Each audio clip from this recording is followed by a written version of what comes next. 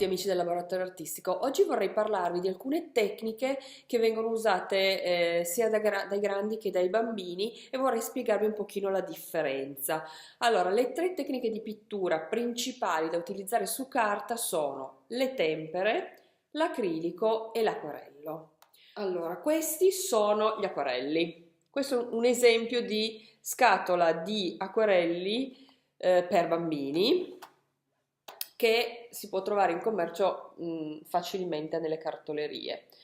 Allora, l'acquarello, come dice il nome, è una tecnica da usare con molta acqua, quindi ha il vantaggio che non macchia, perché essendo molto diluita è molto facile lavarla dai vestiti, molto facile lavare i pennelli, magari si può fare, diciamo così, un po' di paciocco, nel senso che i bambini, facendogli usare molta acqua, a volte magari quelli più piccoli possono magari, non so, sbrodolare un pochino, però essendo molto molto diluito il danno è molto limitato. Queste sono delle prove di colore ad acquarello. È una resa in cui l'acqua si vede molto, quindi ha questi colori molto, si chiamano proprio lavature. Questi sono acquarelli che io ho fatto per dei libri che ho pubblicato negli Stati Uniti.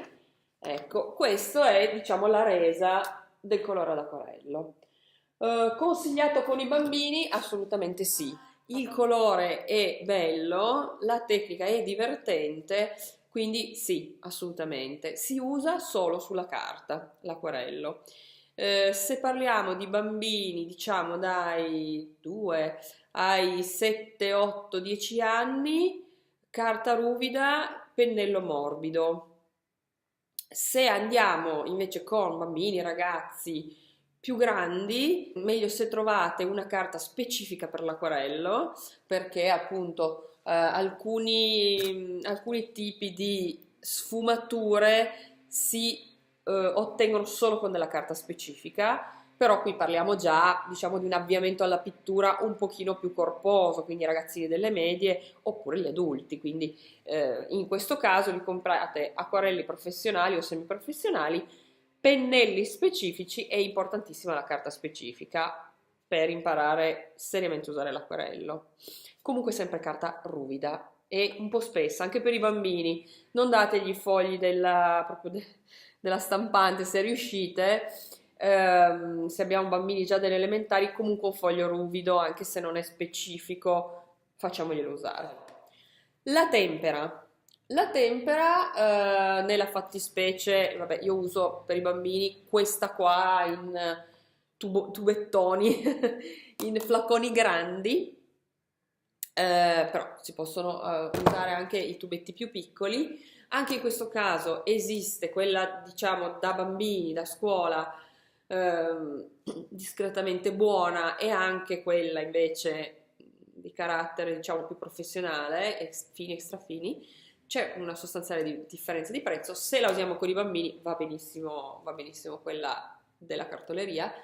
La resa è molto più corposa. La tempera, così come l'acquarello, si diluisce con l'acqua, però è coprente. Mentre l'acquarello fa delle velature che si sovrappongono, la tempera è coprente. Vi faccio vedere questo realizzato dai bambini durante un laboratorio. Ecco, questo per esempio si vede bene che è un colore coprente, è un colore opaco, è un colore abbastanza forte, si può utilizzare su carta, cartoncino. Ecco, vi faccio vedere dei lavoretti fatti dai bambini. Ecco, questo è un dipinto fatto da una bimba di 5 anni. Vedete che il risultato è molto carino. Diamogli dei fogli un po' grandi.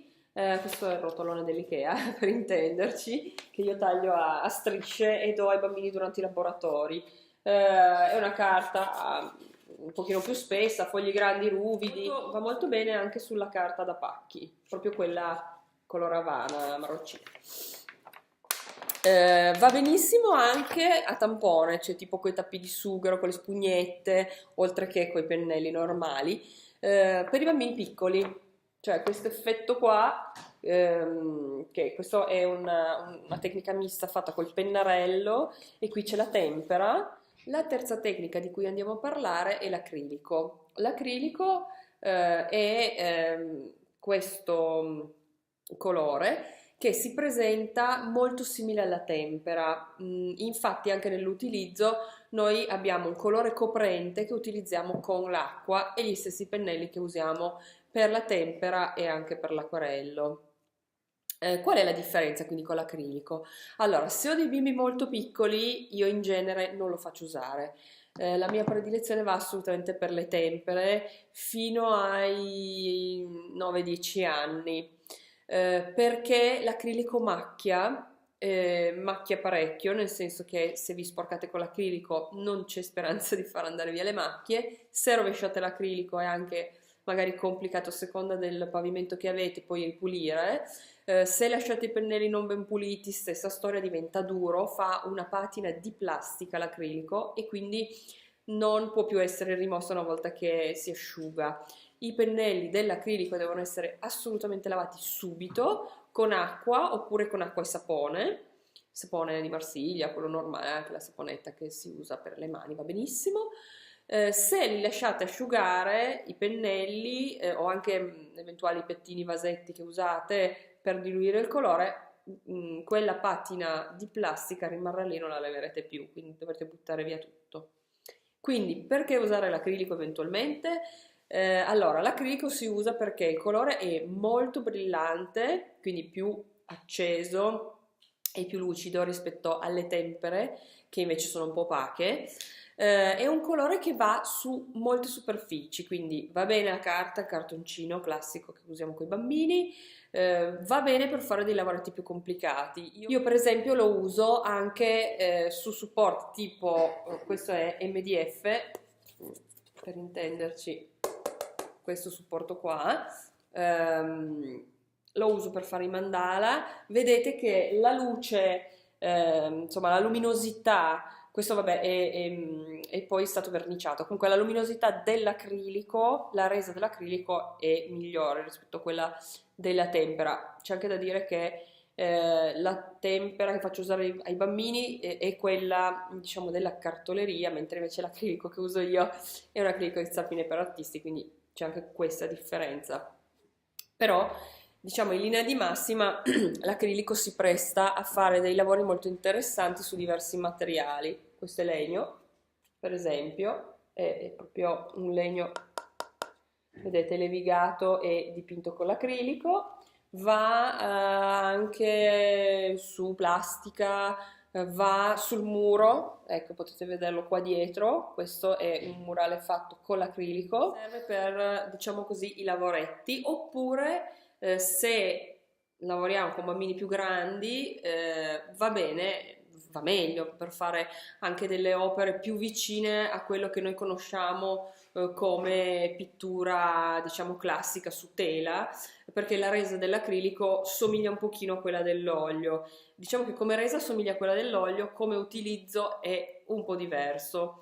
Però abbiamo anche un tipo di materiale che dura un sacco di tempo, nel senso che se io dipingo una tela con l'acrilico, probabilmente i miei figli, i miei nipoti e le future generazioni potranno ancora tenerla. Bene, spero che questo video vi sia stato utile. Vi ricordo che se avete bisogno di ulteriore materiale potete trovarlo sul mio canale YouTube, sulla mia pagina Facebook oppure sul mio sito. Vi ricordo anche che c'è in ballo questo bellissimo programma di arte e immagine, questo corso di aggiornamento online che prevede 14 lezioni da fare direttamente con i bambini, da stampare in PDF e da guardare su video. Se volete maggiori informazioni avete il link al mio sito al fondo del video. Ciao a tutti!